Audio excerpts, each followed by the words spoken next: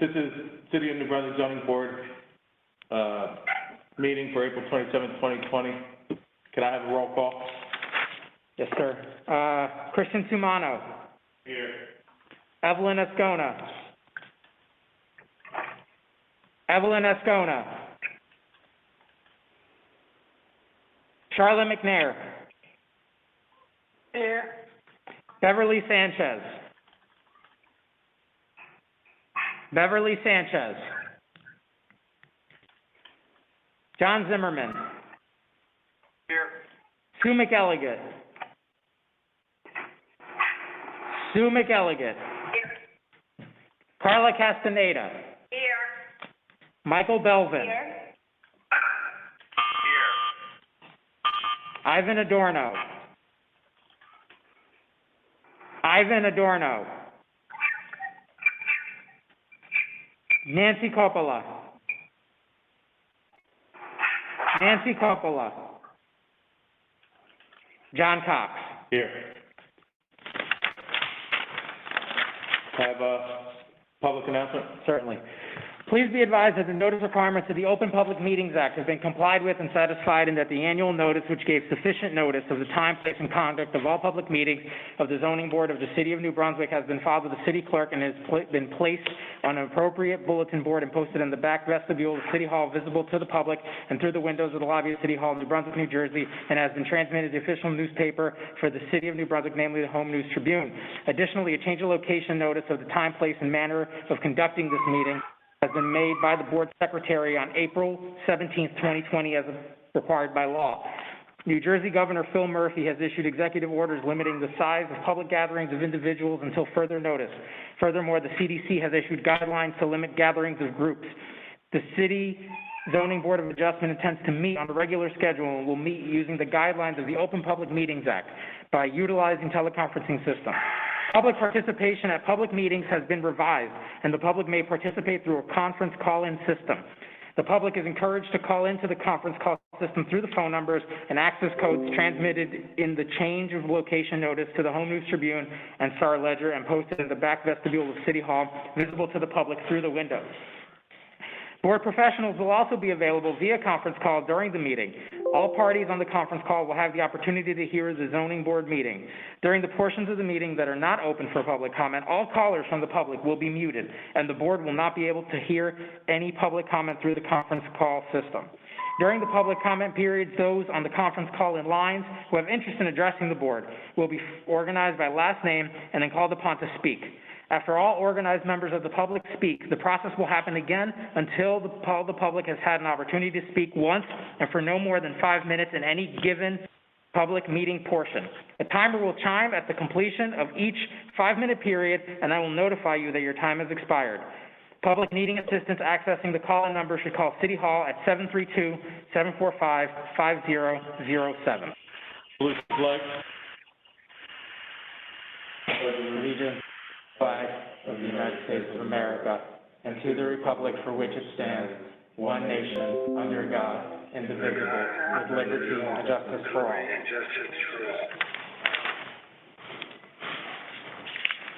Minutes of the board's February 24th, 2020 meeting. Okay, let's see.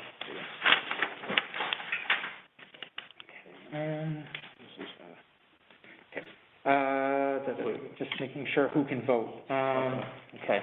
So, Christian Sumano? Oh, wait, no, we need a motion. Yeah, can I get a motion from a board member? And please, when you're issuing a motion or seconding, please announce your name before you say motion. Thank you. John Zimmerman, I make a motion to approve the minutes. Okay. John Cox, I'll second. Okay. Christian Sumano?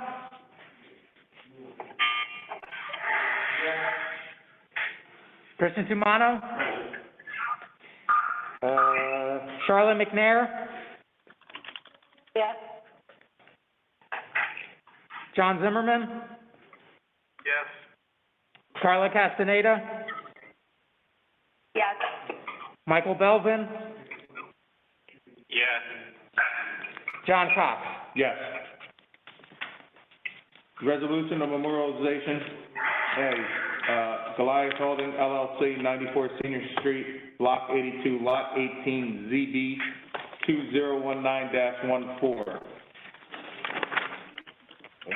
So for this one, we have voting members are Beverly Sanchez, she's not here.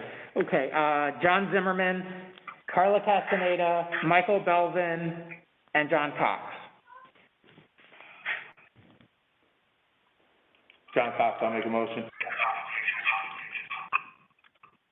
John Zimmerman, I'll second it.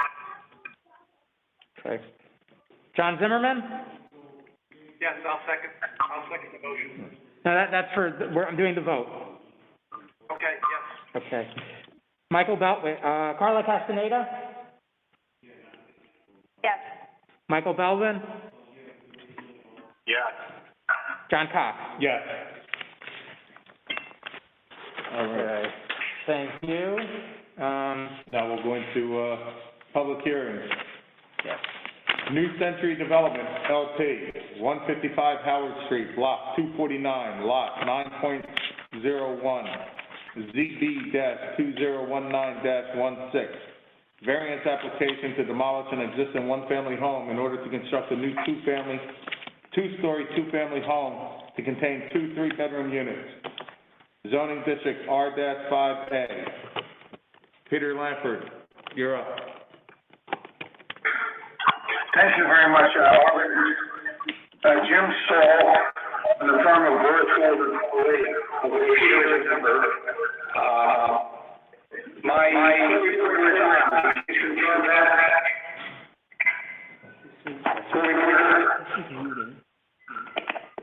No, I think. Hey, Jim, I think you might be having feedback, or someone needs to mute their phone or their call-in on your side, because we're getting a lot of feedback and we can barely hear you. Can you try again? No. Nope.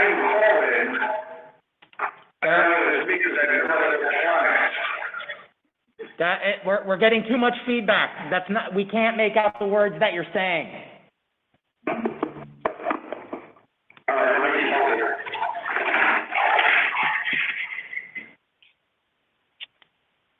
Danny, before we continue, I have to recuse myself from this vote on this application.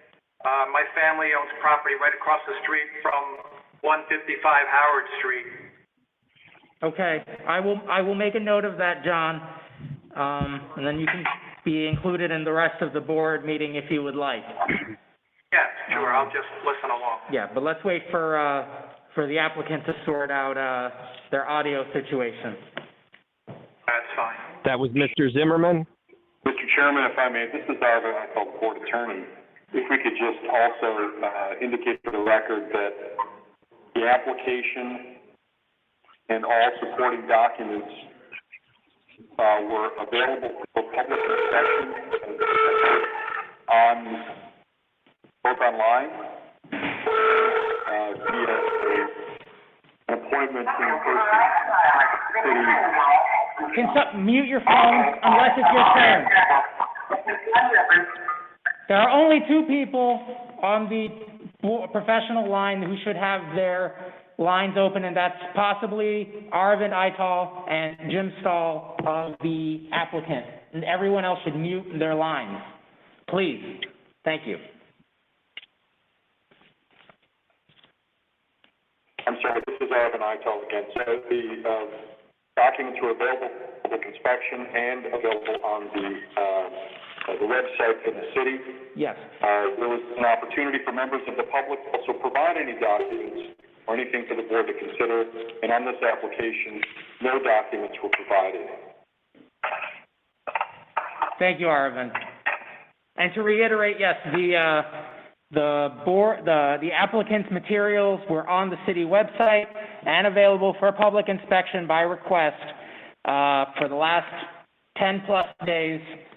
The applicant is going to base their presentation off of all the documents that we put in In those 10-day periods, they have no specific new exhibits to include, and while the public had an opportunity to add any materials that they wanted us to put on the city website as oppositional material or material to further the application, no one from the public submitted anything to that effect for us to include.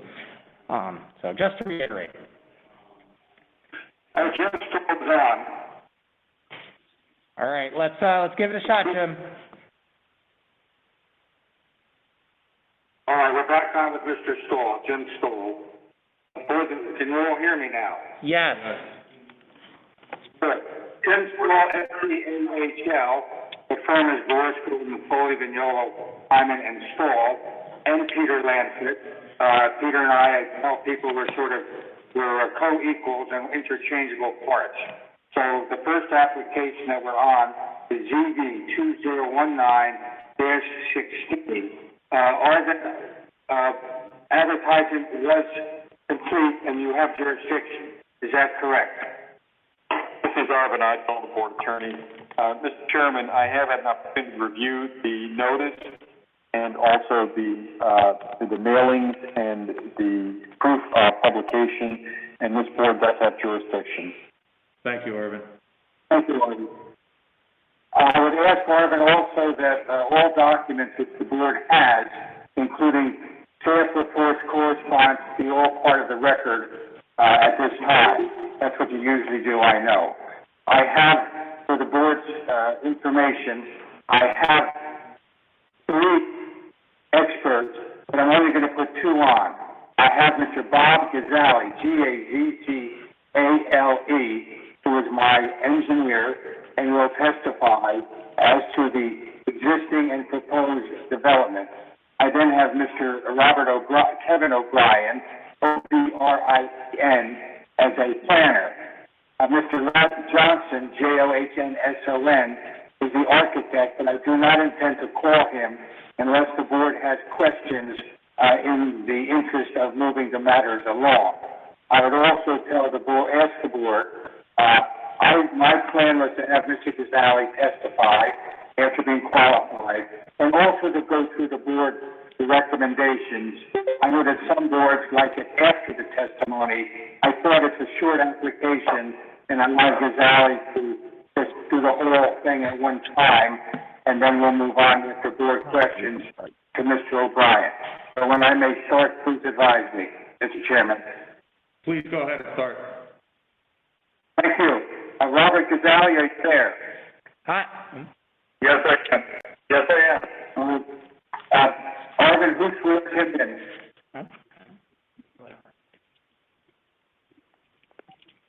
I can swear him in. No, Arvin. Mr. Gazzale? Oh. Yes. Do you want me to swear him in? He just asked you to swear him in, so I was just going to let you, but I didn't want to over-confuse anything. I'll swear him in just out of habit, if that's okay, Arvin. Sure. Okay. Mr. Gazzale, can you please state your name and spell your last name? Yes, Robert Gazzale, Gazzale. Okay. Do you swear or affirm to tell the whole truth and nothing but the truth? I do. Mr. Gazzale, you may proceed. Mr. Gazzale, you are a licensed New Jersey engineer, is that correct? Yes, it is. And for how many years have you been so licensed? 31 years. And I assume you have been qualified before the city of New Brunswick. Someone was interrupting. Was that Arvin? Yeah, it was. Mr. Chairman, if I may interrupt, I'm sorry, Mr. Stahl. Mr. Chairman, Mr. Gazzale has been accepted by this board on a number of occasions. If I may just ask, have your credentials changed in any way since the last time you were before this board? No, they have not. Well, except you as an expert engineer. Thank you, Councilor. Mr. Gazzale, were you engaged by the applicant New Century to prepare the plans for a proposed development at 155 Howard Street? Yes, I was. Will you please identify for the board, and I'm not going to do a Q&A, as you know, advise the board as to the existing conditions, B, proposed development, and C, the variances and or waivers that we are seeking. So, Okay. All right, I'm referring to the submitted set of plans prepared by my office, original date December 20, 2019. They bear the last revision of January 30th, 2020. Property is lot 9.01 in block 249. Street address is 155 Howard Street. It's located, the property is on the northeasterly side of Howard Street, about 100 feet west of Remsen Avenue. The lot is rectangular in shape, 50 feet of frontage on Howard, and is 100 feet deep. It contains 5,000 square feet of land and is located in the R5A zone. Currently on the property are a single-family dwelling, shed along the rear property line, walkways and driveways. The existing structure is connected to public gas, electric, sanitary sewer, and water utilities, and Howard Street is fully improved.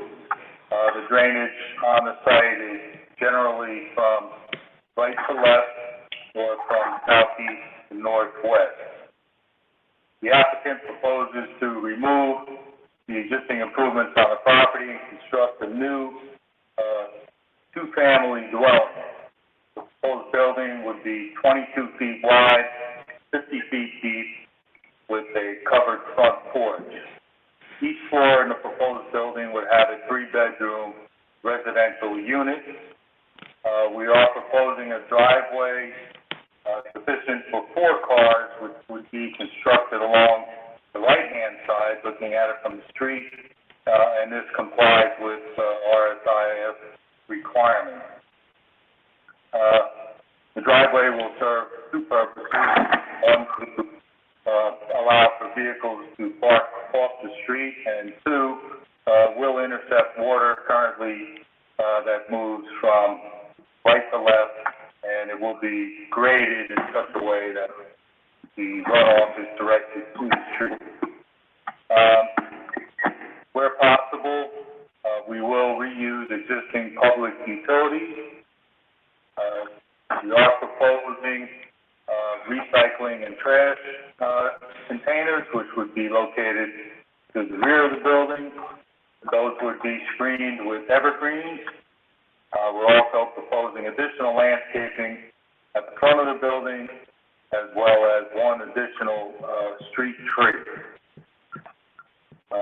We're asking for 5 variances from the requirements of the zone. They are, in this case, an existing condition. This lot is 5,000 square feet, where 8,000 is required.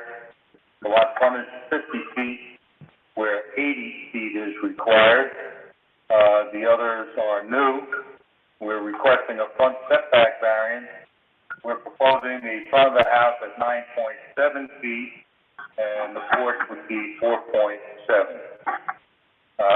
The ordinance requires houses to match the prevailing setback of dwellings on either side, in which case we would be required to be within 0 feet or 5.8 feet. We're unable to do that because of the porch and the front steps. We are also asking for a building coverage variance. 22% is what we are requesting, which is 1,100 square feet of building. 20% is the zone maximum, 1,000 square feet. And we are also requesting an FAR variance of 0.44, where 0.35 is required. And that is the proposal, unless I've missed something, Jim. Well, let me just take you through the report. You'll go through item 11 on page 5 of the staff report from Katie Panella, the principal planner. The first issue is you put a note on the plan with regard to the height of the storage area. Is that correct? The ceiling height, yes, I believe that, Mr. Johnson would include that on his architectural drawing. All right, let's turn the page, please, to page 6. You've already revised the plan, so the plan has been revised with regard to the building-mounted fixtures. Right, that's also shown on, Mr. Johnson's plan. And there's a question with regard to the refuge area. There will be an adequate space between the storage, the trash storage, and the proposed bomb split landing. Yes, I've shown them pretty tight. However, those are really just to illustrate that our intention is to screen those receptacles, and I'm sure that at the time of planting, adequate space will be provided to get those cans in and out. And item 4 on page 6, the applicant agrees to, is that correct? Yes, And item 5, which is crossed off on page 6, the applicant also agrees to revise the siding on the front facade, is that correct? yes, And the shade tree, that has been provided, is that correct? yes, And also you've changed some landscaping with regard to what is called a Jersey bell, B-E-L-L-E, is that correct?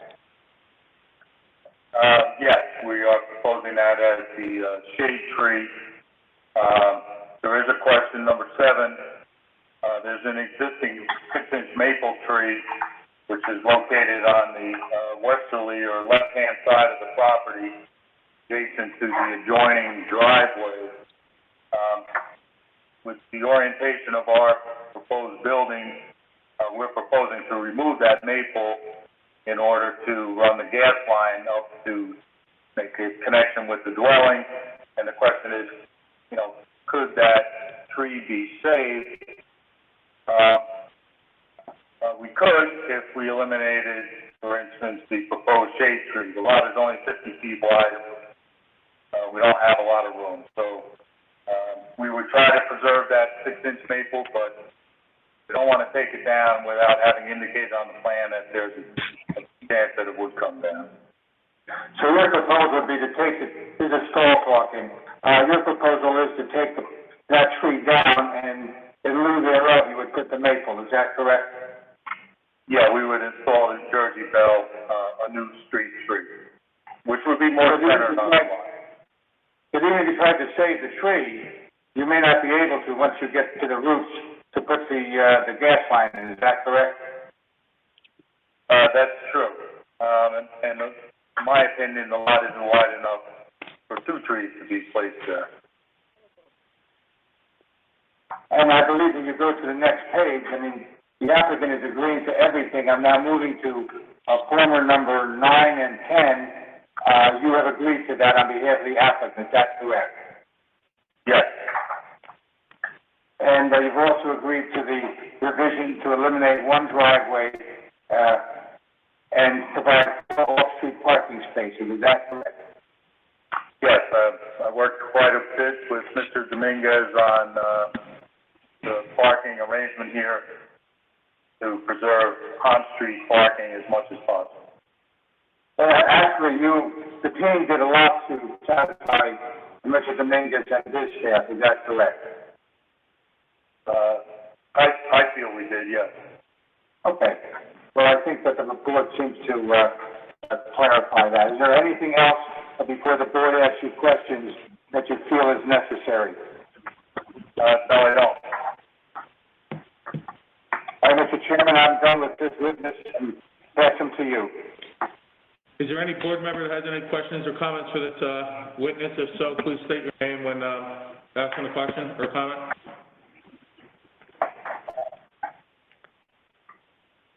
Seeing none, you can move on to your next witness. Mr. O'Brien, are you there? Mr. O'Brien? Mr. O'Brien? Hello? You there? Good. Can you get your volume up a little bit, please?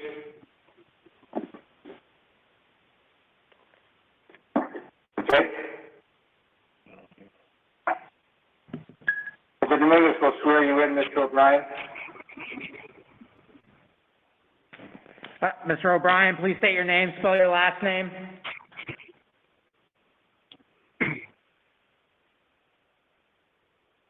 Mr. O'Brien, I can't hear you. Please state your name, spell your last name. You may be muted. Yes, this is Kevin O'Brien. I'm sorry, this is Kevin O'Brien. Can you hear me? Yes. Please Yes, state your this is name, Kevin spell your last O'Brien, name. O'Brien, Okay? professional planner. My Mr. license is current and in good shape. Mr. O'Brien, do you swear or affirm to tell the whole truth and nothing but the truth?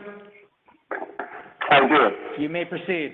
Mr. O'Brien, this is the chairman, John Cox. You have been before this zoning board in the past. Have your credentials changed at all since the last time you were before us? No, Mr. Chairman, it's been my pleasure to be before your board on a number of occasions. Okay. We will accept you as the expert planner. Thank you very much, Mr. Chairman. We're going to engage by the applicant New Century to review the plans and staff reports and to provide an opinion on the variances and the justification for them under the municipal land use act. Is that correct? That is correct. Would you please give us the benefit of your review and your opinion? Yes, certainly. Good evening, Chairman and board members. Thank you, Mr. Stahl.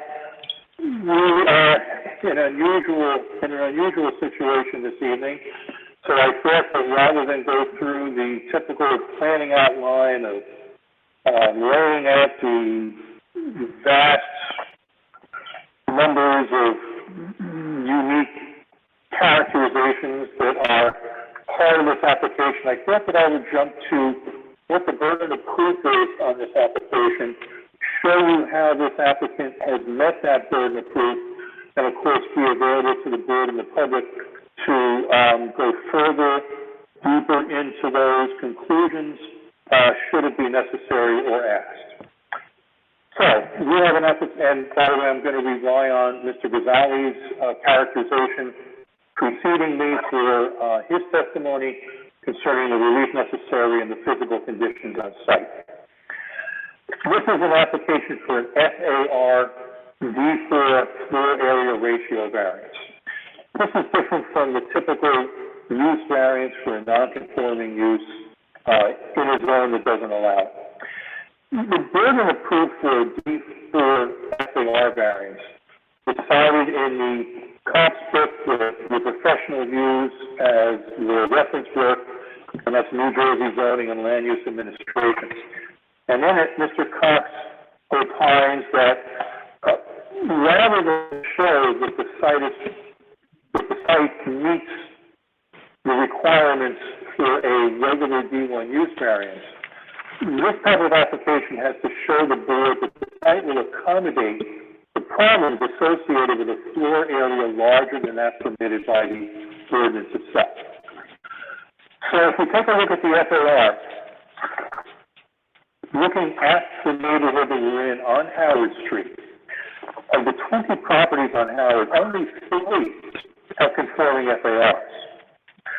The largest property on Howard is 5,700 feet. This property's square footage, as you heard, is 5,000 square feet, much less than the 8,000 square feet that are required in the zone. So this is a neighborhood of non-conforming FARs. And I think that when you talk about whether or not this FAR could be accommodated on the site, I believe that the answer to that is yes, because of the character of the neighborhood and the fact that this neighborhood already has almost all properties non-conforming in terms of FAR, non-conforming in terms of lot area, non-conforming in terms of lot width, which are among the pre-existing non-conformities that exist. So to go through the short version of the proofs then, we're showing that we believe that this FAR can be accommodated on the site due to the fact that it is similar to almost all other properties in the neighborhood. The property itself, as you know, is in a neighborhood dominated by the church, dominated by the parking lots of the church, this application is going to butt up against that parking lot. So having a two-family in this home, as you know, is conforming and is allowed for the master plan. In terms of the master plan, there are two items I think that are important here, and again, I'll be brief. Page 19 of the 2012 exam discusses the need for workforce housing. This two-family will satisfy that need. On page 58, it talks about a graduated density approach in certain areas of the city. Now, this has not been implemented for this zone, but the master plan does talk about how this strategy of graduated density would make sense where there are areas of older structures located on relatively small parcels. And that certainly fits this neighborhood of Howard Avenue. I would suggest to the board that this application also meets several of the purposes of the municipal land use law, such as item A, promoting the public health, safety, morals, and general welfare. We're going to be providing a brand new home in place of a 1920 era home. This home is going to be up to date with all modern fire and building codes, as well as being used with sustainable building practices that are part of the building code. It also meets item G to provide sufficient space in appropriate locations for residential uses, and item I, promote a desirable visual environment, and that this new house, as you've seen from the plans, is going to be a vast improvement over what is there, and will fit into the character of the neighborhood. The current single-family home, current one-level home, does not fit into the character of the neighborhood at all. I can't identify any negative impacts. I think this is going to be a positive for the neighborhood. And I would jump to my conclusion, if I may, that I believe that since this application provides needed housing, removes an eyesore, provides a home that's compatible and up to date, I believe this application can be granted without substantial detriment to the public good and without substantial impairment to the zone plan and zoning ordinance. Council, do you have any further questions? Your opinion, thank you very much. Your opinion and review would also be applicable to the various bulk variances that are listed on the notice. Is that correct? That is correct, and I was relying on Mr. Gonzalez's testimony to identify them. But as with any use variance, C, both variances are subsumed within that. I defer, of course, to Mr. Stahl and Arvin for the board. But I would suggest that those variances can be granted on a C1 basis in terms of hardship due to the substandard lot, and to a C2 that the benefits outweigh the detriments. Thank you very much, Mr. O'Brien. That's all I have this week, Mr. Chairman. Are there any members of the board that have any questions or comments for the planner?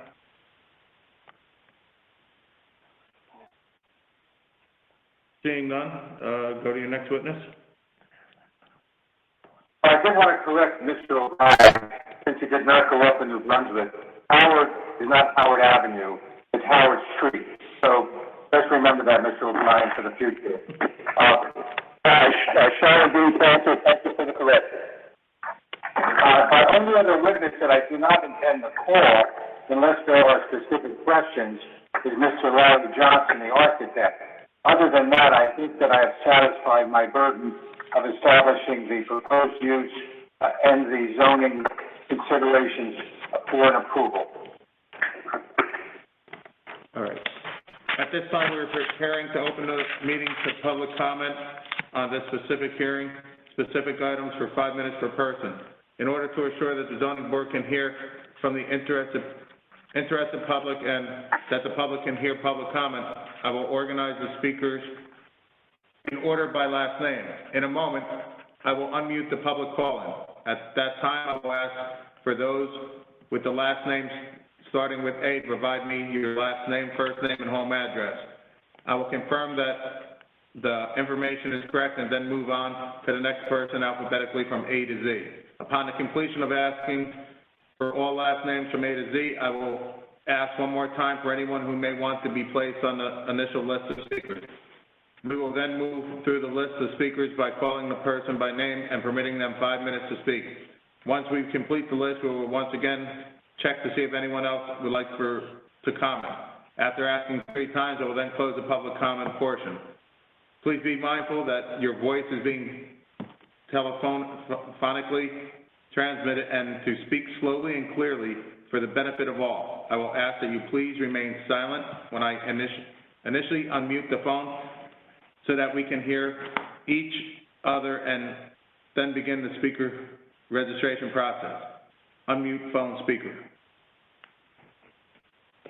So, A, B,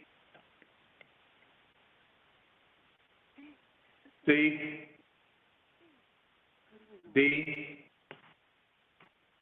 E, F, G, H, I, J, K, L,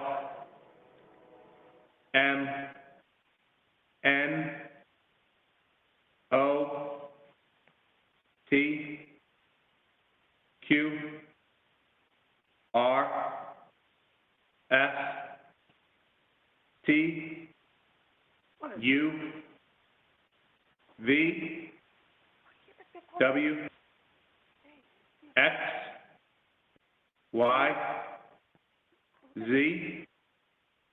At this time, did we miss anybody? Hello, sir. Hello. Yes? We are with Hello? the last name Agoras. Can you repeat your name again? My last name is Agoras, Agoras.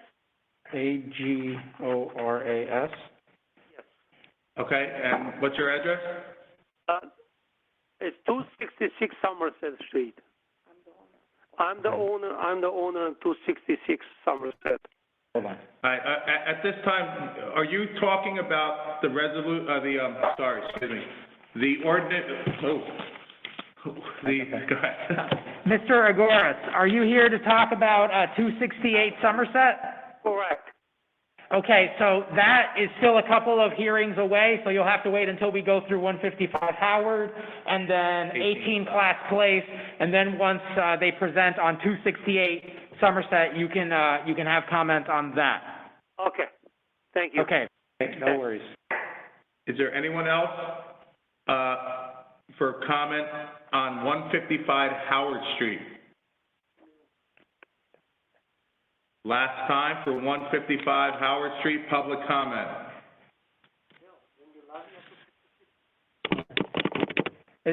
I'm sorry, I heard someone speak. Did somebody want to comment? Seeing none, we're going to close the public comment for 155 Howard Street. Mr. Stahl, do you have anything else you'd like to say? I think the application is clear. The applicant and his professionals worked very hard with Dan and his staff, and I think as Mr. O'Brien said, I think it's a beneficial use and change to the neighborhood, and that's all I have. To summation. Thank you, Mr. Stahl. Any board member have any comments or discussion on this, real quick? Seeing no board comments, Board Secretary, Hold on. Ms. Puniello, are you on the call? Yes, I'm here. Can you hear me? Yes, I can. Can you read into the minutes the conditions? So yes, this is Katie Pinello. I'm the principal planner for the city of New Brunswick. Should the board act favorably on this application, we recommend the following conditions of approval will apply. Payment of site performance bond in the amount reviewed and approved by the city engineer. Submission of a site inspection escrow deposit for engineering inspection fees in the amount calculated pursuant to Title 1624-160. Payment of all water and sewer connection fees pursuant to Titles 13.04 and 1308. Issuance of a road opening permit from the city engineer if required. So on behalf of applicant, you just say, Katie, that still on behalf of the applicant would obviously agree to all those conditions? Yeah, I still have a few more. Yeah, she has more. I know, I didn't mean to put you in. For sure. The applicant shall schedule a pre-construction meeting with the city engineering department, compliance with the terms of the city planning report dated April 16, 2020. Payment of any fees due to the city of New Brunswick related to development or use of the project, payment of all outstanding taxes and water sewer fees, Middlesex County Planning Board approval or waiver, Freehold Soil Conservation District approval or waiver, submit architectural plans to comply with any changes required by the planning or engineering memos or plan amendments offered at the hearing. All utilities and other site improvements to be maintained by the applicant at their full expense. All on-site utilities to be constructed underground. All temporary encroachments into the public right-of-way shall require city council approval. All construction staging shall be done on-site unless an encroachment allowing into the public right-of-way is approved by city council. Streets shall be kept clean of sediment and debris. The applicant shall cause the streets to be cleaned if directed to do so by the Director of Public Works. Tracking pads will be installed at all construction exits. Replacement of damaged streets, curbs, and sidewalks as per the direction of the city engineer. And we would like to note that the applicant is seeking variances for D4 FAR, front yard setback, building coverage, lot area, and lot width. And that's all I've got to say.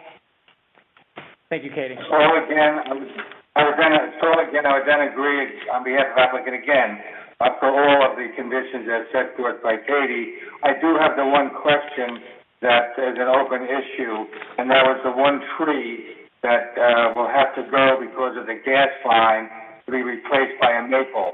So I don't know if the board is willing, if that works with the board. Yes, that's fine, not a problem. Okay. Board members, do I have a motion?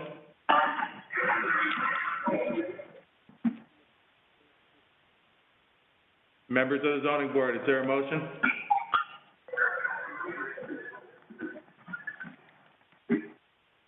I don't know if I can make a motion because I'm abstaining from the vote on this. You No, can't, John, you can't, John. You can't, John. No. Right, okay. John Cox, I'll make a motion to approve. Carla Castaneda, I'll second that motion. Okay, so, Christian Sumano. Yes. Charlotte McNair. Yes. Sue McElligott. Sue McElligott.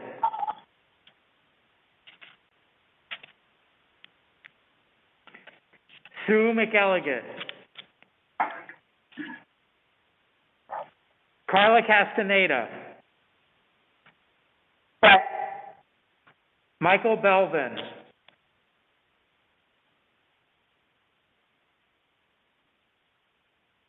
Michael Belvin.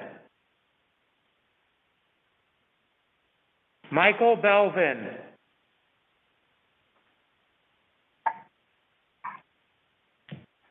Sue McElligott. Hello? Michael Belvin? Michael Belvin and Sue McElligott, are you both on the line? You were on with roll call. Are you muted?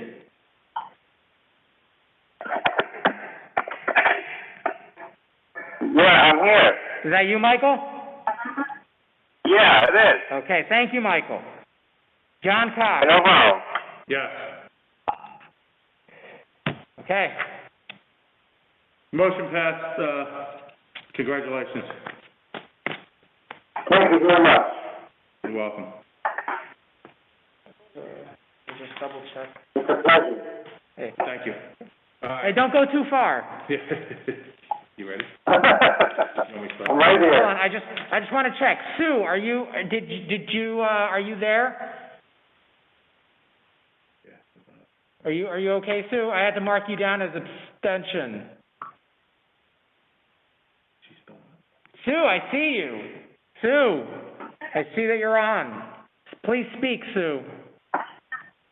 Sue, your volume is too low.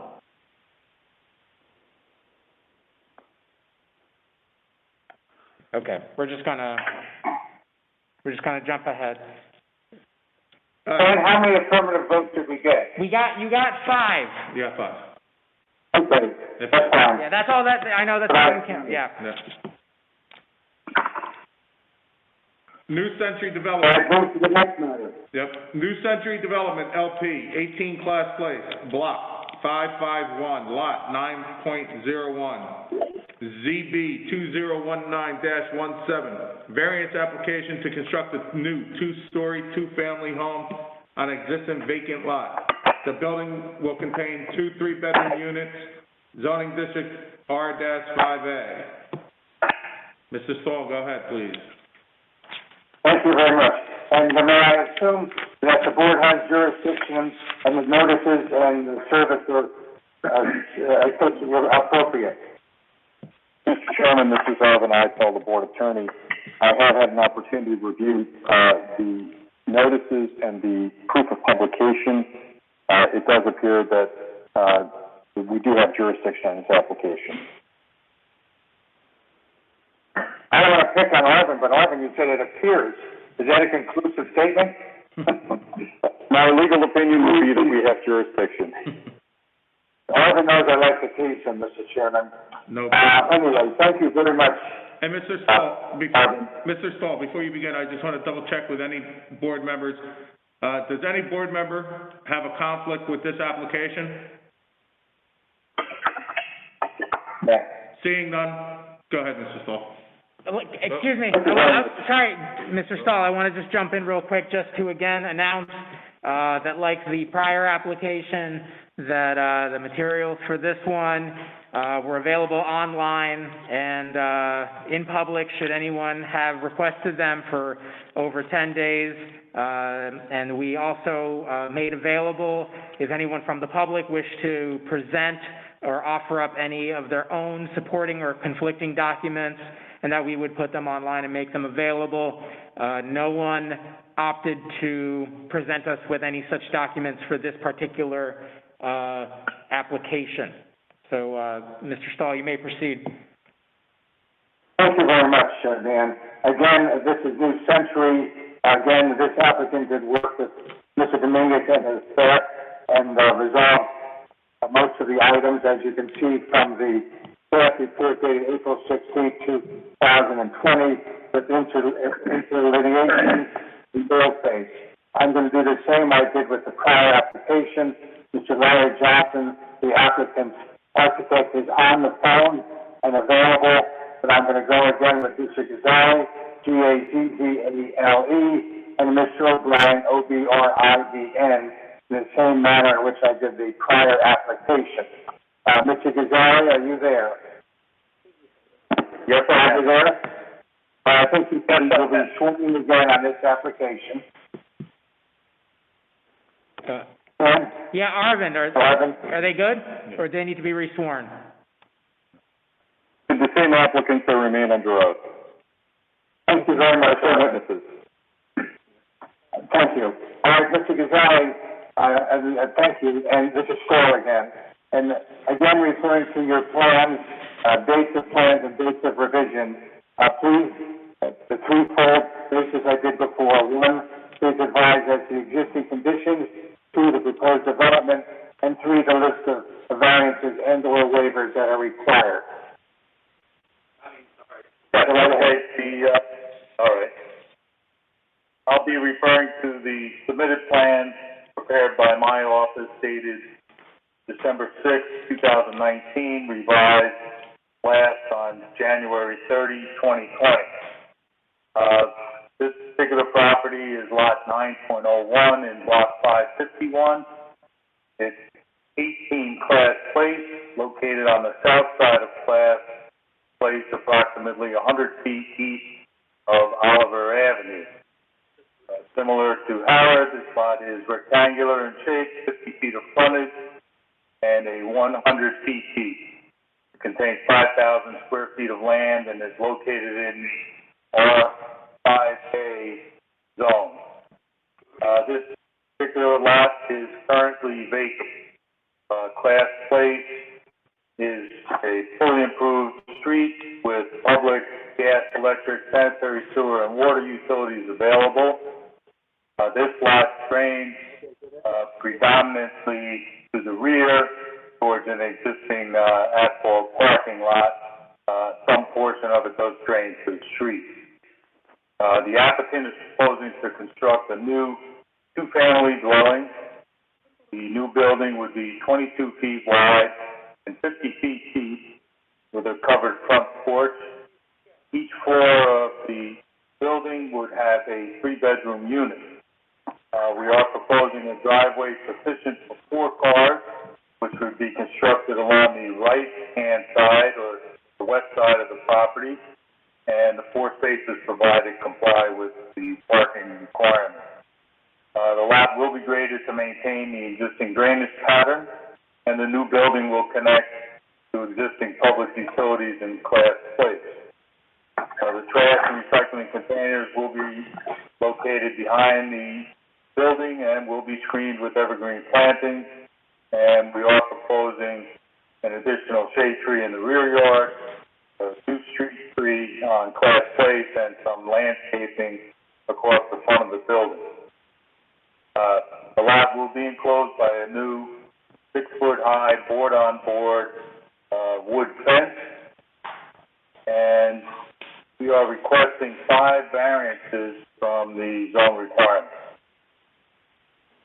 First 2 are additions, 5,000 square foot lot area where 8,000 is required, 50-foot lot frontage where 80 feet is required.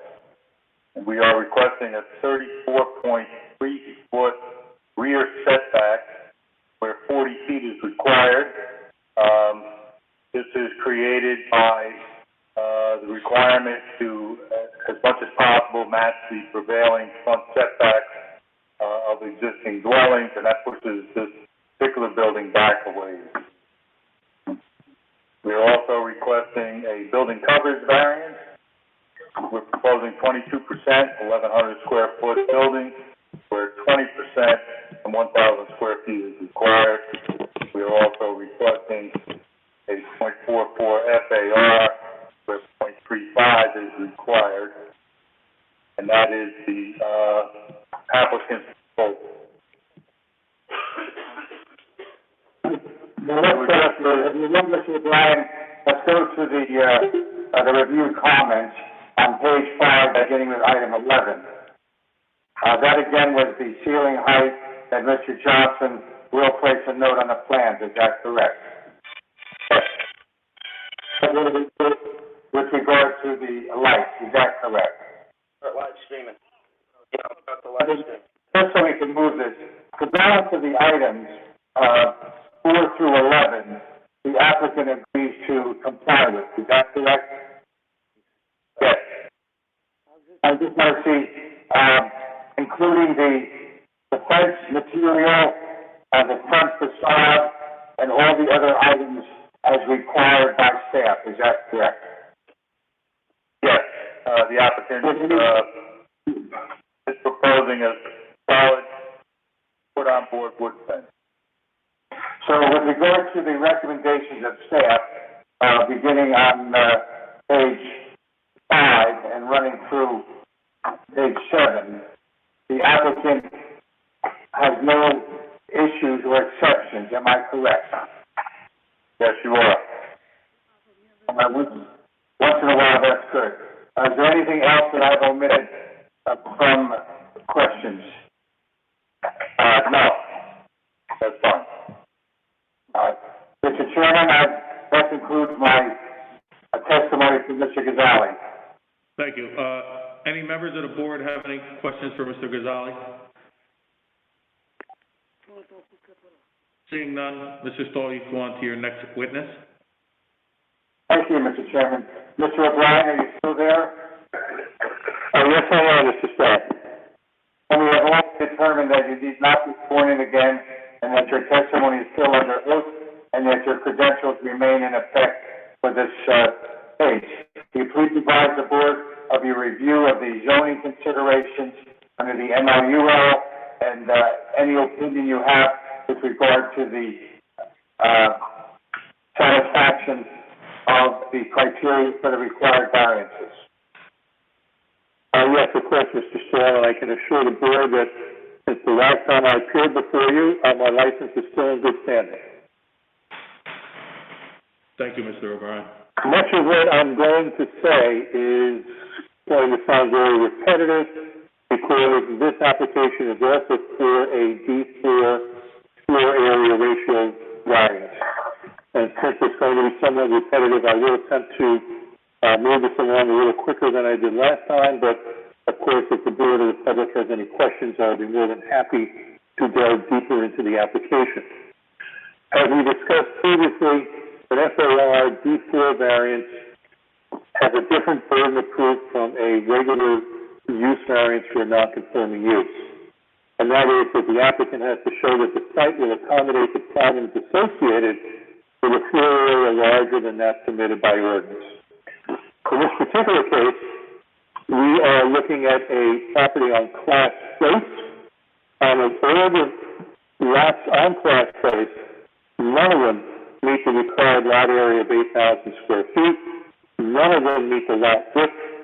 Only 2 of the 8 meet the floor area ratio requirements, and the proposed floor area ratio for this application at 18 Class Place is actually less than 5 of the 8 residential properties on Class.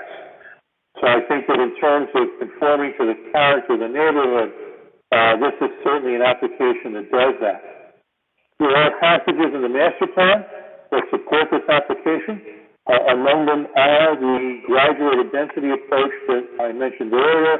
That's on page 58 of the 2012 exam. And the graduated density approach, although not put in ordinance for this location, does talk about two places where, quote, this strategy makes sense are areas with older structures located on relatively small parcels, unquote. So since that is a concept within the city of New Brunswick, I think looking at these older areas, smaller lot sizes, larger FARs, this is a fair process, I think, in terms of the reviewing an application that does come in handy in order to review this lot. Also, we meet the master plan requirement for a need for workforce housing on page 19. And if one takes a look at the municipal land use law, we also meet several of those goals, including A, promote the public health, safety, morals, and general welfare. We'll be doing that by putting up a brand new house, built according to all current codes, fire, safety, sustainability.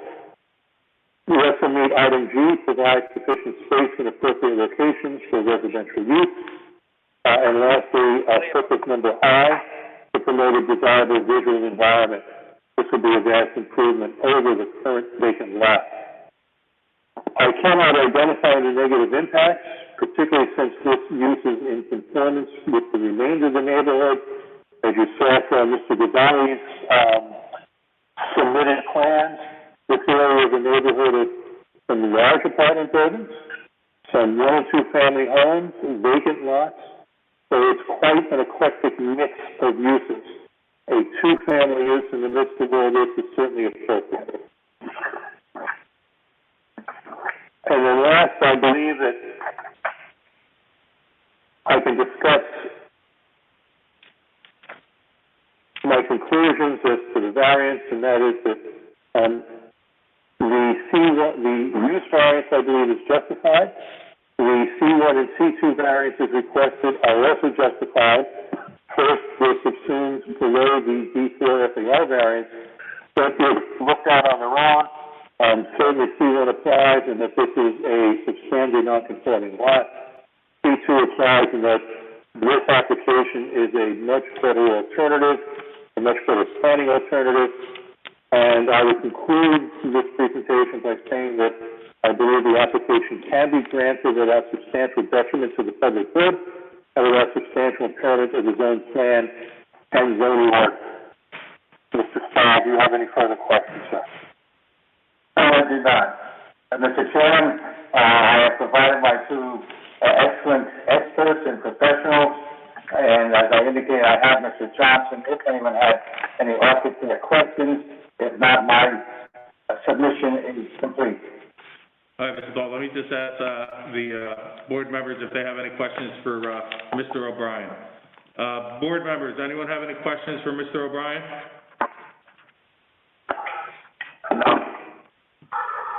Seeing none, we'll move on to the, public portion of the meeting. At this time, we are preparing to open the meeting to the public comment on this specific hearing. Specific items for 5 minutes per person. In order to assure that the zoning board can hear from the interested public and that the public can hear public comment, I will organize the speakers in order by last name. In a moment, I will unmute the public call-in. At that time, I will ask for those with the last name starting with A to provide me with their last name, first name, and home address. I will confirm that the information is correct and then move on to the next person alphabetically from A to Z. Upon the completion of asking for all last names from A to Z, I will ask one more time for anyone who may want to be placed on the initial list of speakers. We will then move through the list of speakers by calling the person by name and permitting them 5 minutes to speak. Once we complete the list, we'll once again check to see if anyone else would like to comment. After asking 3 times, I will then close the public comment portion. Please be mindful that your voice is being telephonically transmitted and to speak slowly and clearly for the benefit of all. I will ask that you please remain silent when I initially unmute the phone so that we can all hear each other and then begin the speaker registration process. Unmute the phone, please. The phone is now unmuted. I will ask that any member of the public on the phone who would like to comment on this specific ordinance with the last name starting with the letter A, please state your full name and home address. Letter A. Letter B. C. D. E. F. G. H. I. J. K. L. M. N. O. P. Q. R. S. Rosario? Rosario. Rosario? What's your address, First name. Rosario? 1090 Florida Grove, apartment 47, Perth Amboy, New Jersey, 08861. All right, thank you. Yes. S. T. Excuse me? No, hold on, we'll come back to you. My T. fault. U. V. W. X.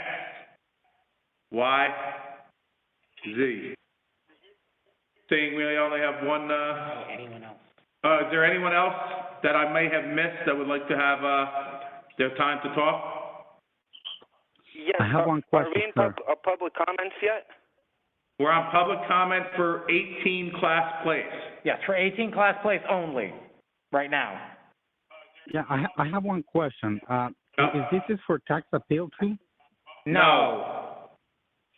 Oh, okay. So I can't, because I have like 1 hour and 15 minutes here, and I'm just waiting for my case. I don't know if this is the right time for me to call.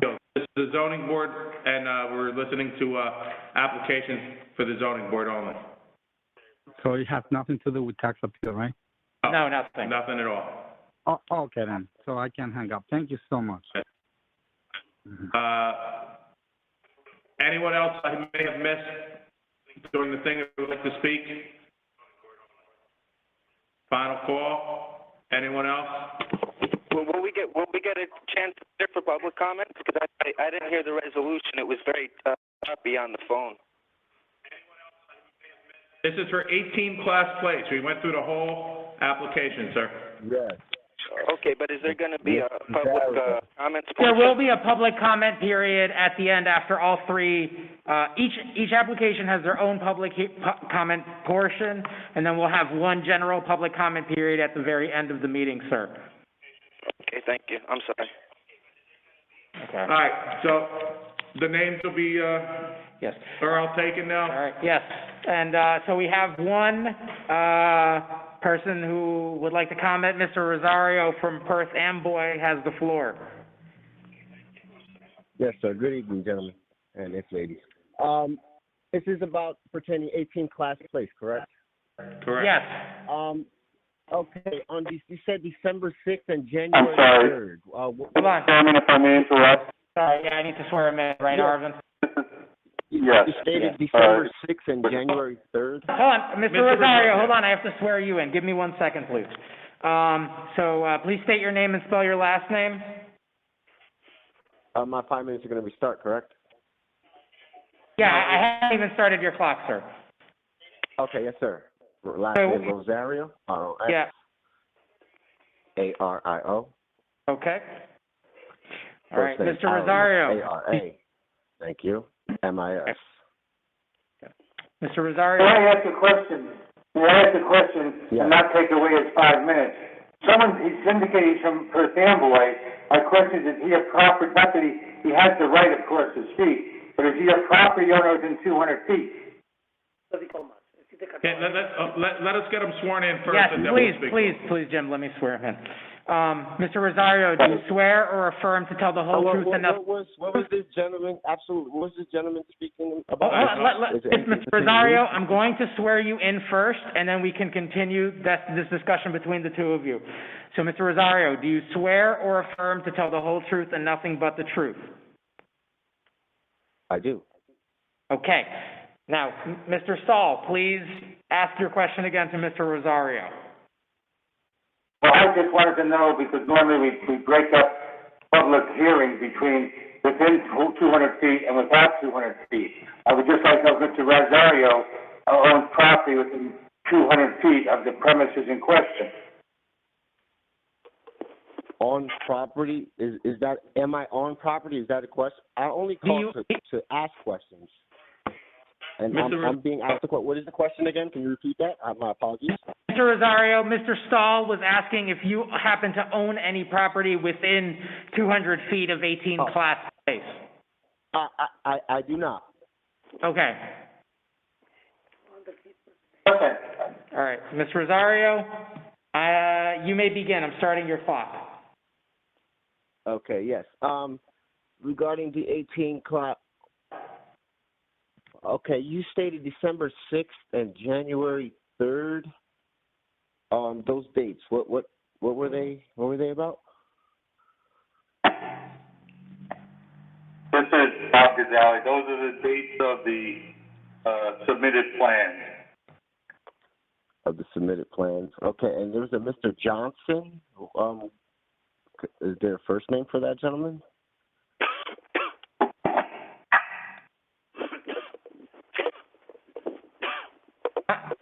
Mr. Stahl, what is Johnson's first name, even though he did not testify?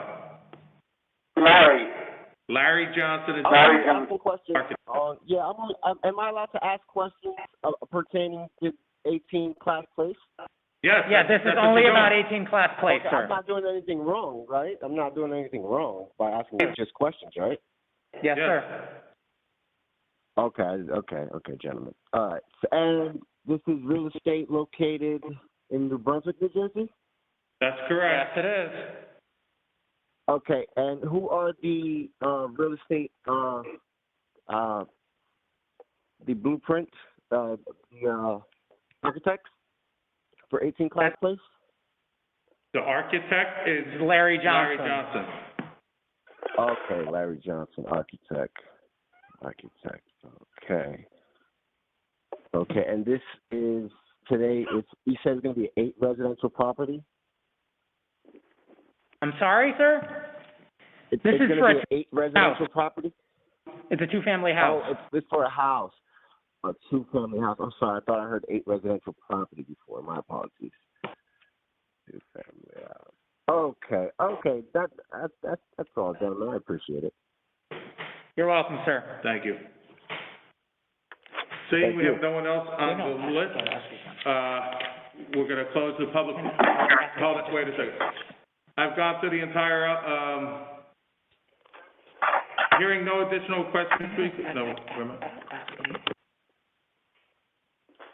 Is there anyone else that just came on that would like to have any questions for 18 Class Place? Anyone else on that would like to comment on 18 Class Place? Last call for 18 Class Place comments. Seeing none, the public portion for 18 Class Place is now closed. Mr. Stahl, do you have any further comments or a closing speech you'd like to give? No, sir. The application is complete. Okay. Board members, anyone have any comments or discussion on this, property?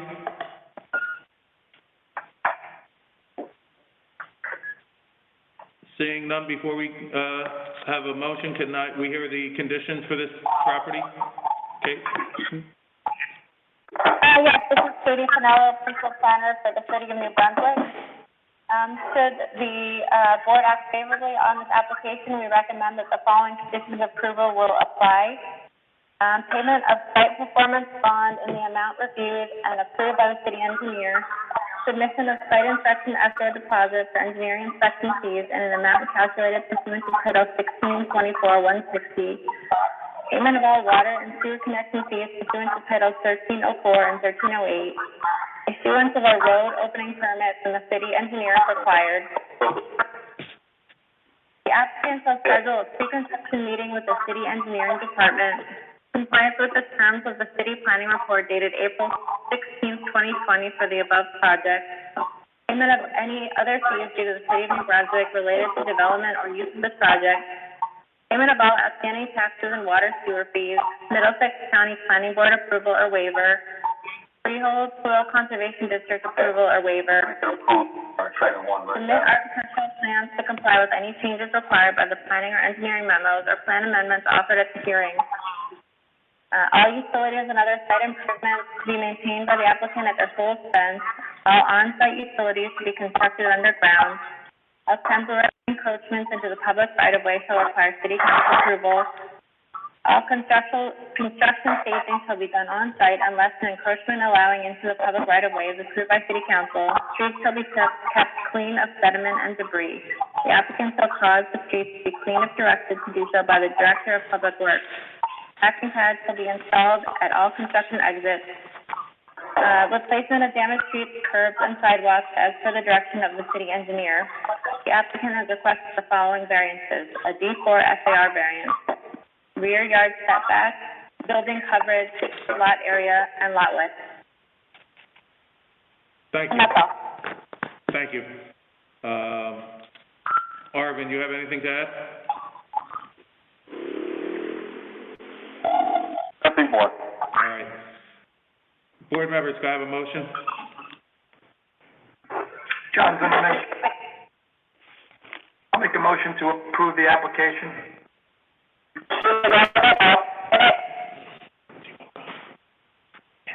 All right, okay. Let's see. All right, Christian Sumano? Yes. Christian Sumano? Yes. Okay. Have, Charlotte McNair? Yes. John Zimmerman? Yes. Sue McElligott? Yes. Carla Castaneda? Yes. Michael Belvin? Yes.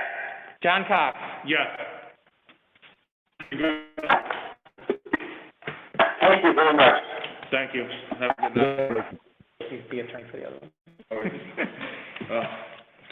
Wait, let me get my sheet. All right.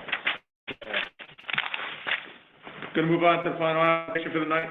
268 Somerset Street LLC. 268 Somerset Street, Block 67, Lot 27, Zoning Board 18-06.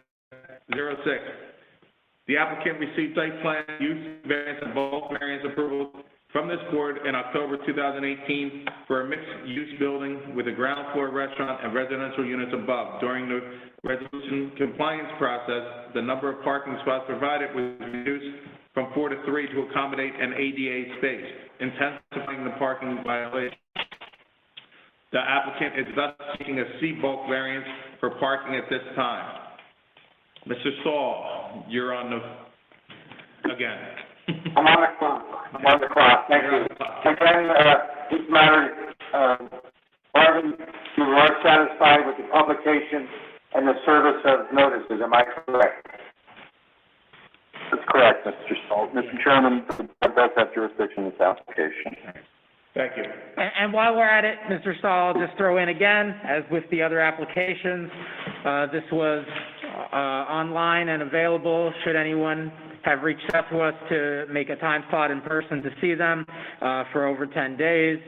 And we made an opportunity and we publicized notice that people could, if they wanted to provide any counter documents or documents to the affirmative, if they so choose, that we also put them up on the website and make them available. No one took us up on that offer for this particular project either.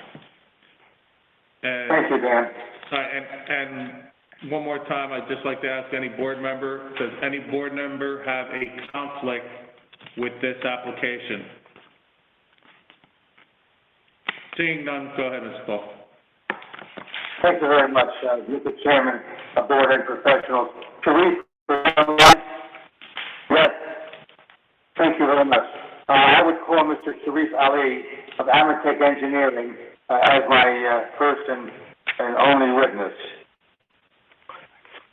I want you to raise your right hand and be sworn in by Mr. Dominguez. Mr. Ali, can you please state your name, spell your last name? Sharif Ali, A-L-Y. All right, Mr. Ali. Do you swear or affirm to tell the whole truth and nothing but the truth? I do. You may proceed. And Mr. Ali, you have been recognized by the City of New Brunswick Zoning Board as an expert in engineering, am I correct? You are correct. And since the last recognition, has any of your qualifications for licensure changed? No, sir. We will accept Mr. Ali. Go ahead. We will accept Mr. Ali as a professional engineer. And thank you very much. Mr. Ali, I'm just going to leave it to you. This application did receive approval, and the only matter that is now before this board is a reduction in one parking space. Am I correct? That is correct. And that was caused by the fact that it was determined that there was a handicap space required, and that handicap space then uses one of the 4 approved spaces, reducing the available parking spaces to 3. Is that correct? Yes, the parking area for the handicap space was used instead of the parking space. And what did how did the site work with one less non-handicap space, with 3 spaces? And if so, how?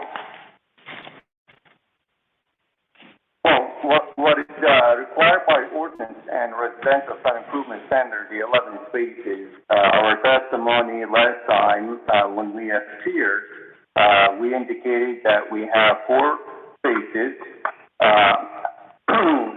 and the rest of the space, the rest of the parking will be on site, on street. So we received our approval, and we also agreed to comply with DNR, the Raritan, the Delaware and Raritan Engineering report, and the first page, on the first page, item 2.1, we were asked to comply with the ADA spaces, and that was at the time of the hearing, and we did. we did agree to comply, so as a result of that, we lost one space due to the striping of the handicap, or the ADA space. Let me ask you a question, Mr. Ali. We've gone down, RSIS and the requirements of New Brunswick required 11 spaces, is that correct? That is correct. And we got an approval for 4, what we would call conventional spaces, is that correct? Yes, 9 by. And now we have 3 that I call conventional spaces. Now, there's maybe an obvious answer, and we may get questioned on it, but there's a loss of 1 conventional space in an area where we have where we have on-street parking. Does this make any material change in the operation of the site? Not at all. So that reduction of the space will be basically on-street parking. So rather 8 on-street parking will be 9 on-street parking. And then some resident or consumer will just have to walk a longer distance to get to the building. Is that correct? Yeah, and that's very typical of City of New Brunswick. Keep in mind that we do have frontage. We are a corner lot, and we do have plenty of frontage. So we do have our own, on street in front of the building and in front of the parking area that we are proposing. So technically, we have 2 frontages if we're a corner lot. Is that correct? That is correct. We have frontage on Somerset. We also have frontage on James Street. Mr. Chairman, I would leave him. I'd now turn Mr. Ali over to the board for questions. Thank you. Any member of the board have any questions or comments for this witness?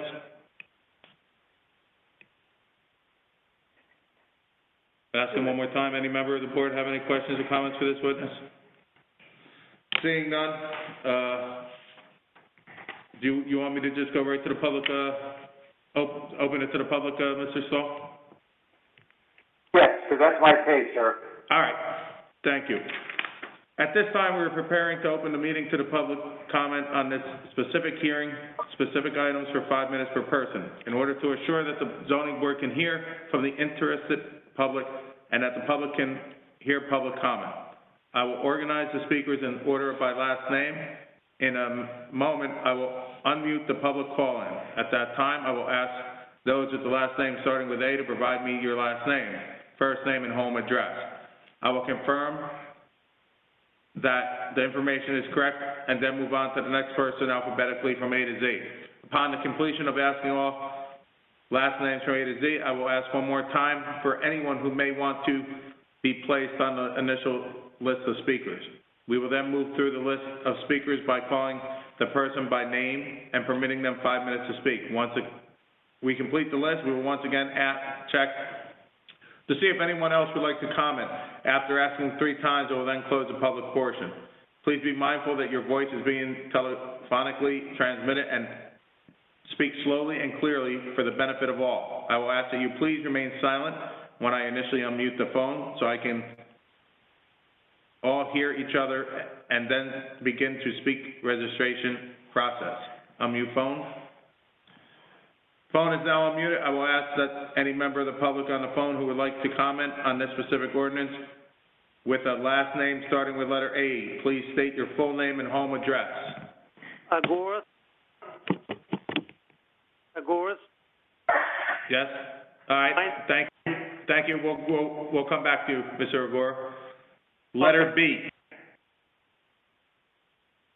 C. D. E.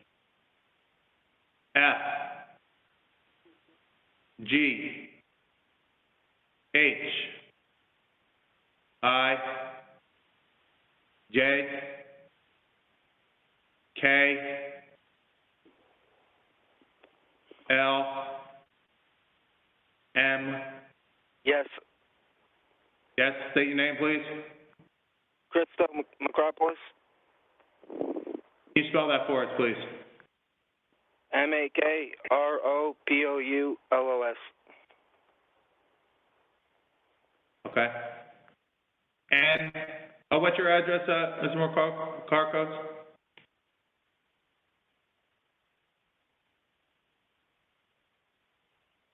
We'll come back. Yeah. MNOPQRSTUVWXYZ.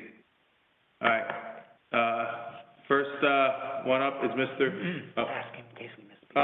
Is there anybody that we may have missed when we went through the alphabet that would like to speak? Anyone else that would like to speak that we may have missed when we went through the alphabet?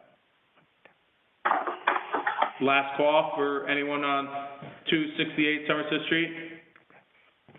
All right. We'll call the first person. All right, that's Mr. Agoras. Yes. Mr. Agoras, I'm going to swear you in. Can you, do you swear or affirm to tell the whole truth and nothing but the truth? I do. You have the floor, Mr. Agoras. 5 minutes. 5 minutes. Thank you. My concern is I have, like I say, 266 Somerset, between Somerset and James Street. My concern is only, like I hear now, is the parking space. Because my first floor is commercial, it's a restaurant. It's still closed, the guy he working inside. Pretty soon, he's supposed to open up. And if the next building, 268, he open up a restaurant, that's supposed to be, that corner is supposed to be very crowded.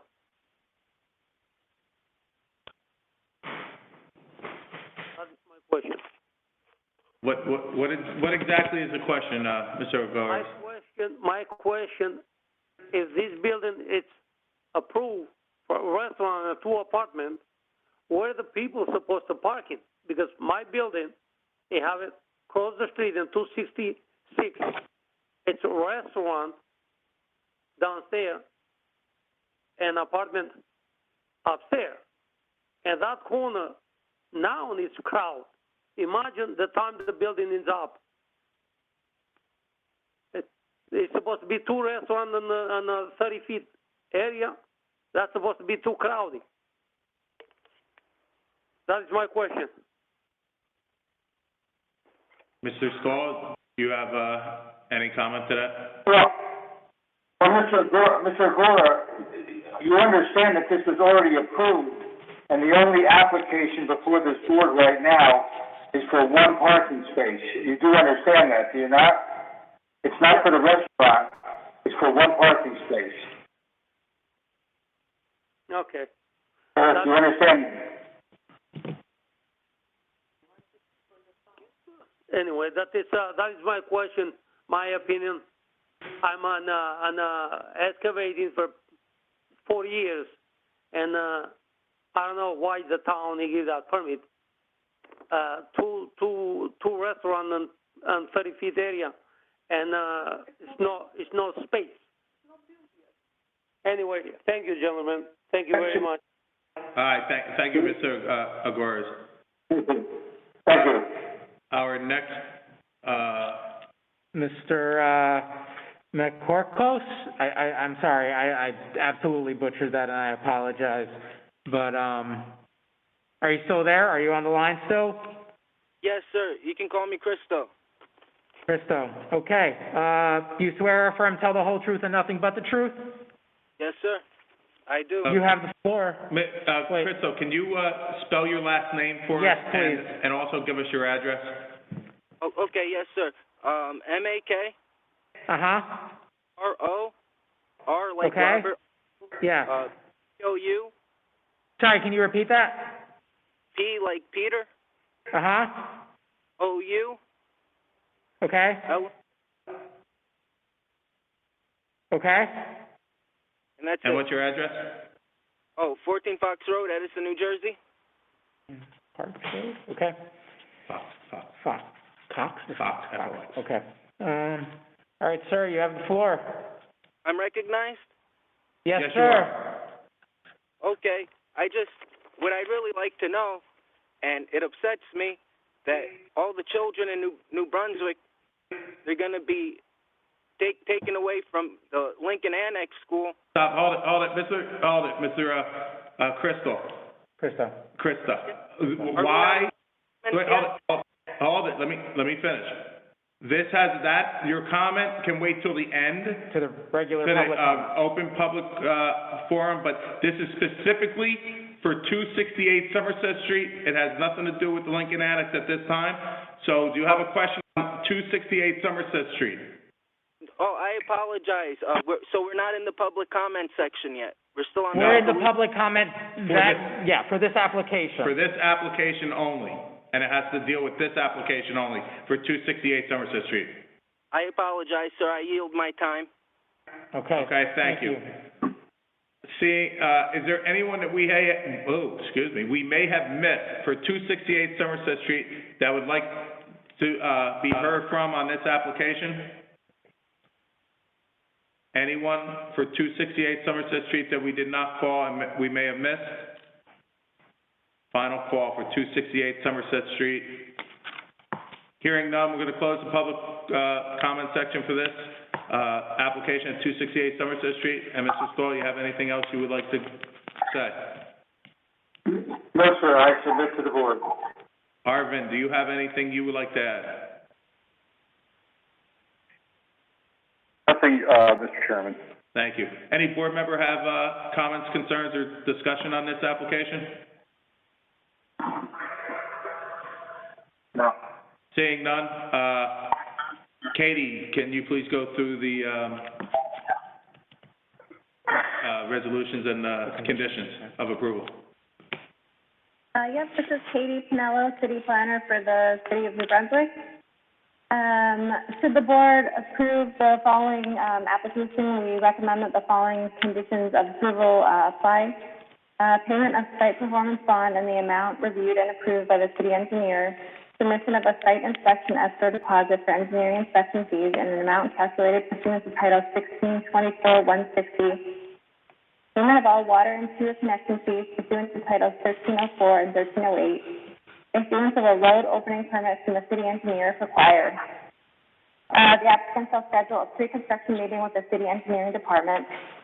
Compliance with the terms of the city planning report dated April 20th, 2020 for the above project.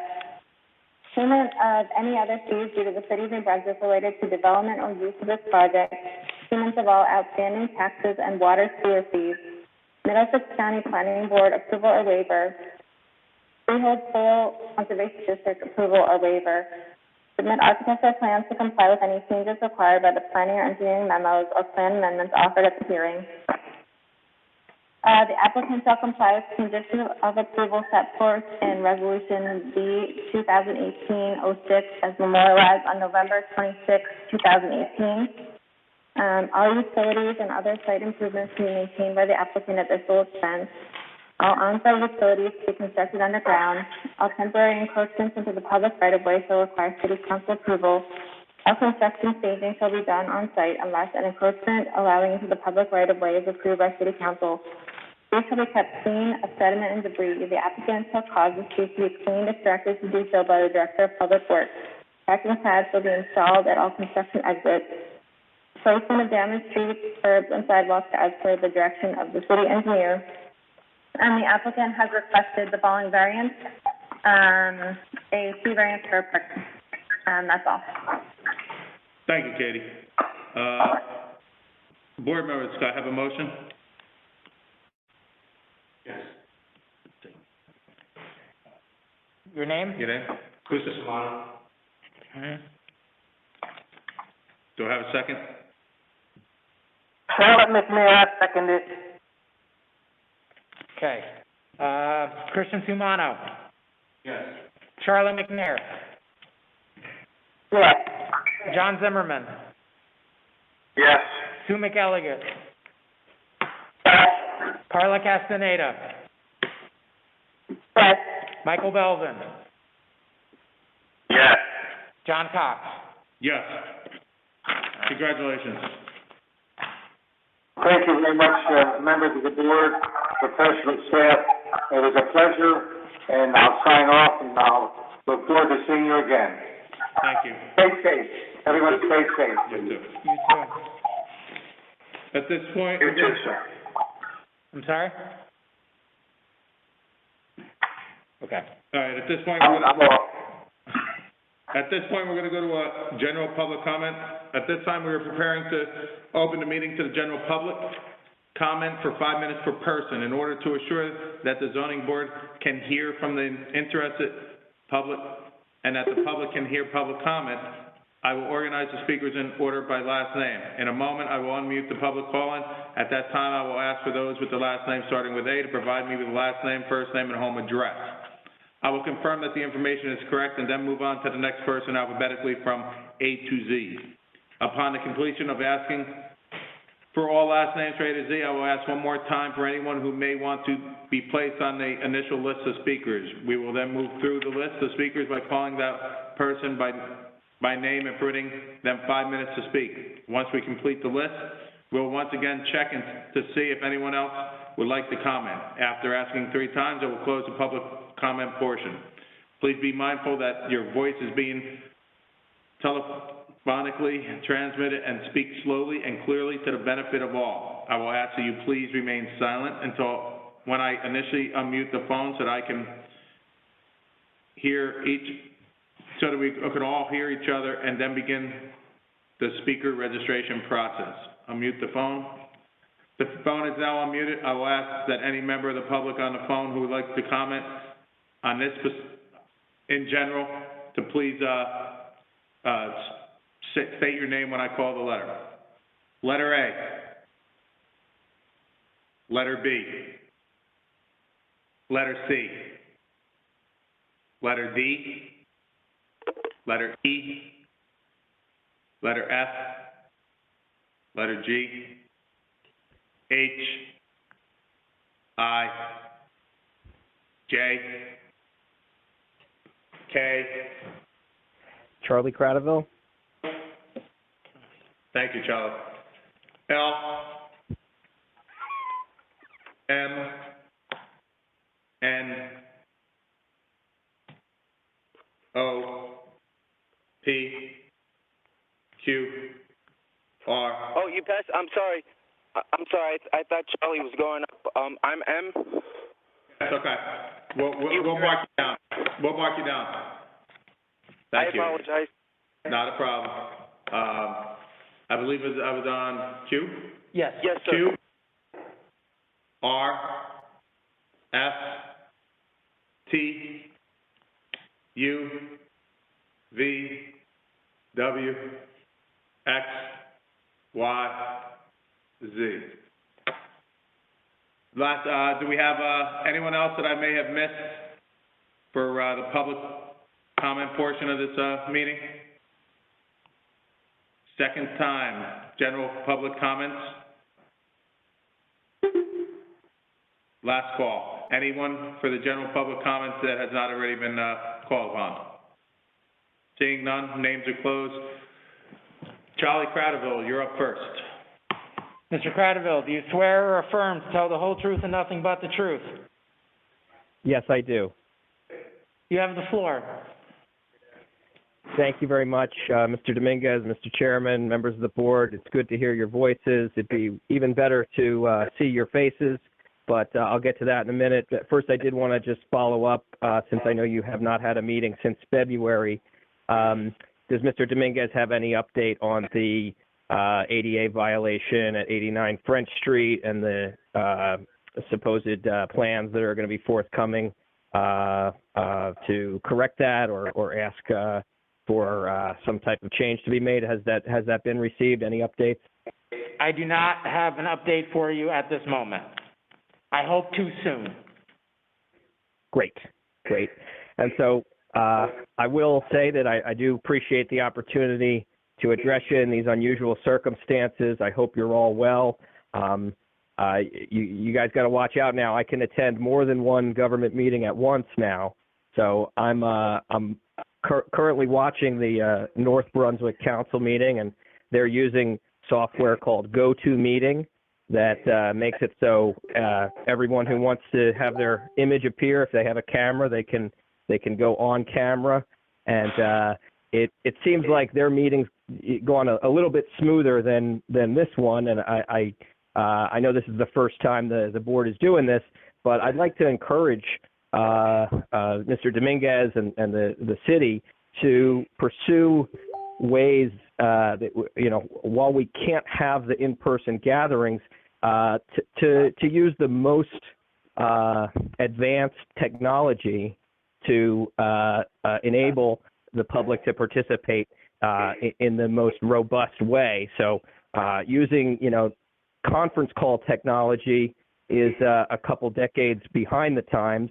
I am pleased to report that I was able to actually broadcast this entire meeting on the New Brunswick Today Facebook page, and that's something that I would like to see the city do going forward, pandemic or not, for government meetings. It's something that many communities do.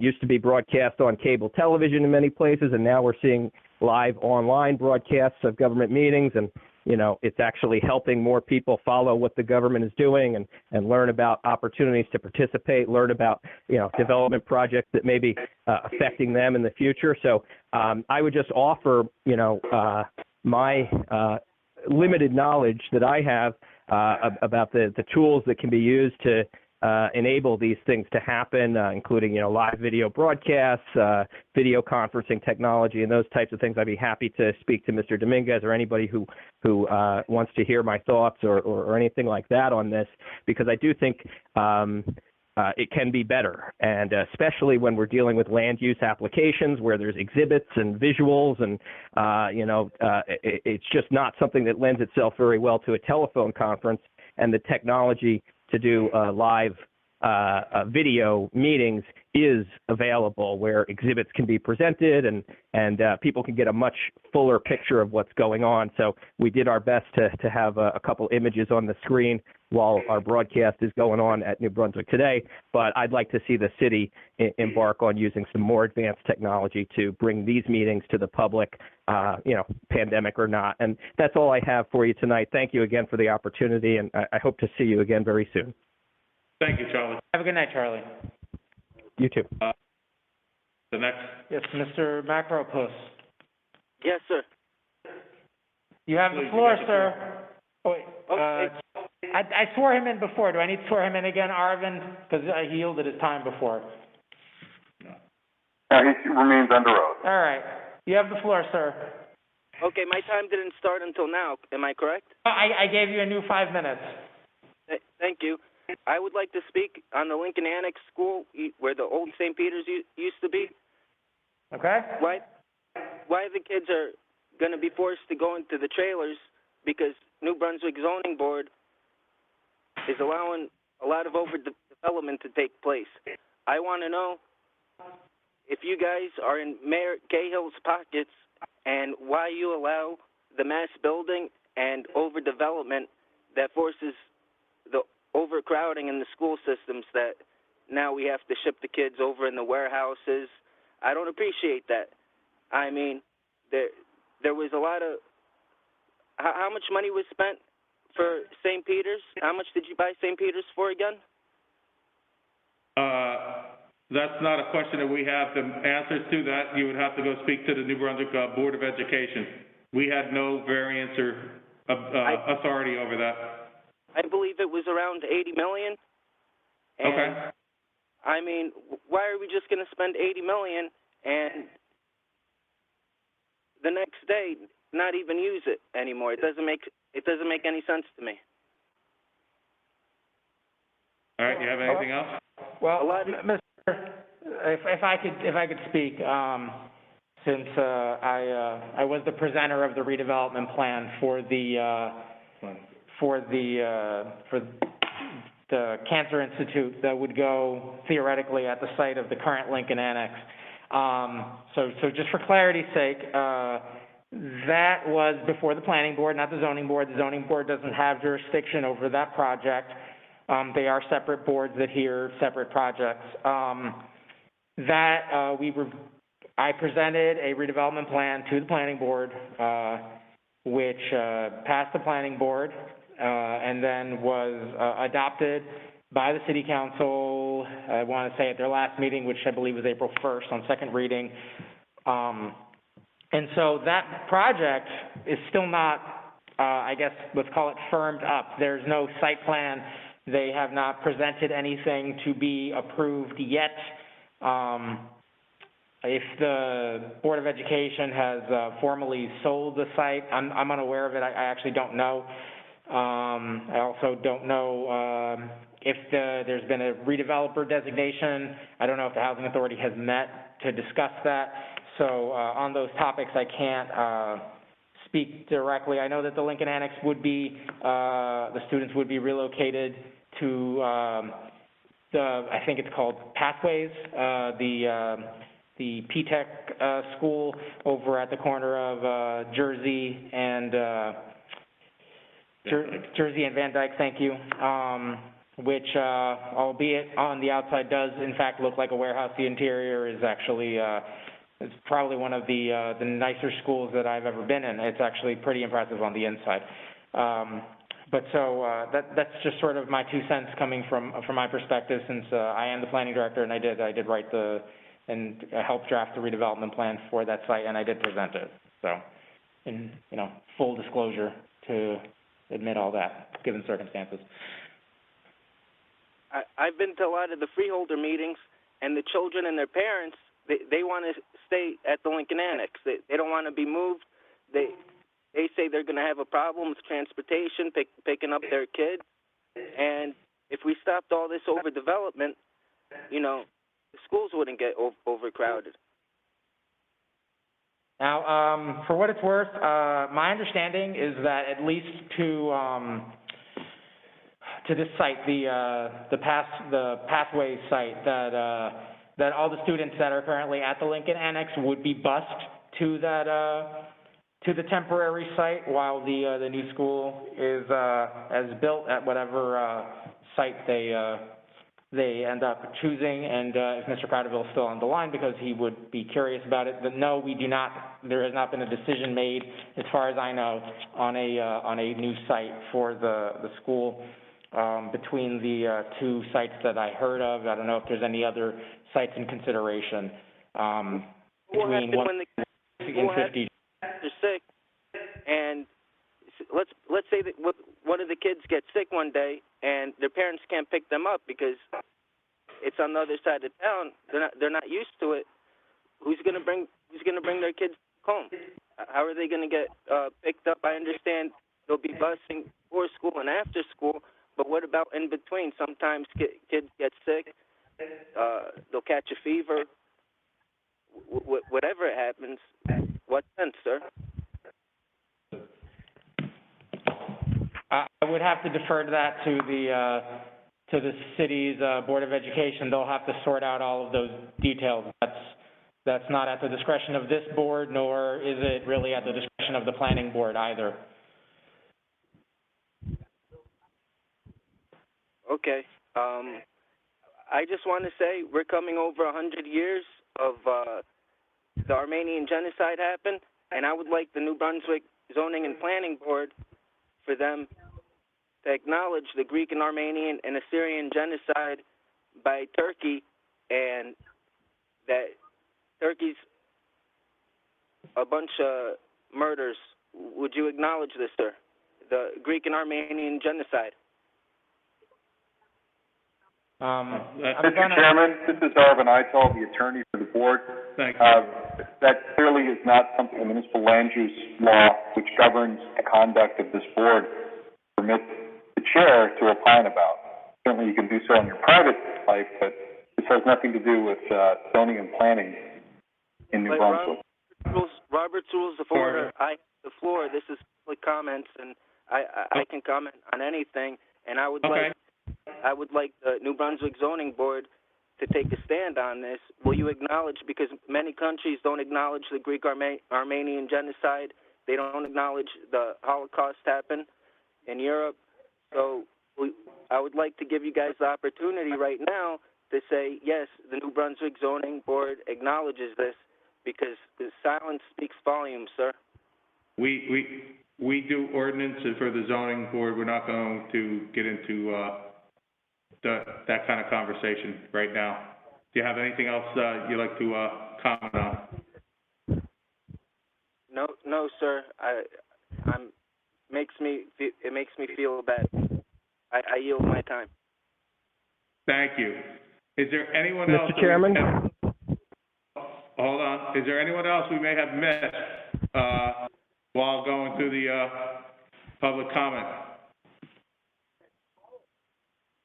Is there anyone else that would like to speak during the public comment? Yes, Mr. Chairman, Charlie Cradaville, I just want to supplement what the planning director just said regarding the location of a replacement school site. As my understanding, the Board of Education is going to be meeting tomorrow evening, and on their agenda are a number of items regarding selling the Lincoln Annex School and also purchasing land from Jack Morris's company at 50 Jersey Avenue. So if the agenda is any indication, the powers that be have made a decision. I think that's somewhat contravenes what was said tonight on the record. So I just wanted to correct that. The meeting tomorrow is at 7 p.m., and I encourage all residents of New Brunswick and anybody who's concerned about the future of public education to participate in this meeting. I think it's a travesty that the Board of Ed is moving forward in the middle of this pandemic and trying to rush through this controversial proposal. So those items are on their agenda tomorrow evening, 7 p.m. Thank you, Charlie. Any last call for general public comment for the zoning board? I would like to add a rebuttal. Last one. Yes, sir. I just want to, and it will be very short, I promise you. I just want to thank Charlie Cradaville for leading the charge in defending the children in the public school system, New Brunswick, defending all the residents in New Brunswick. He's always leading the charge. I never see Freeholder Director Rios ever doing anything. I never see Mayor Cahill doing anything, and that's it. I'd like to yield my time. I'd like to thank Charlie Cradaville. Thank you. The general public comment is now closed. Do I have a motion to close the meeting? I'll make a motion, John Zimmerman, I'll make a motion to adjourn the meeting. Sheila Gallagher, second it. All in favor? Aye. Aye. All opposed? All opposed? All right, thank you all for coming out tonight. Have a good night and be safe. You too. Bye, everyone.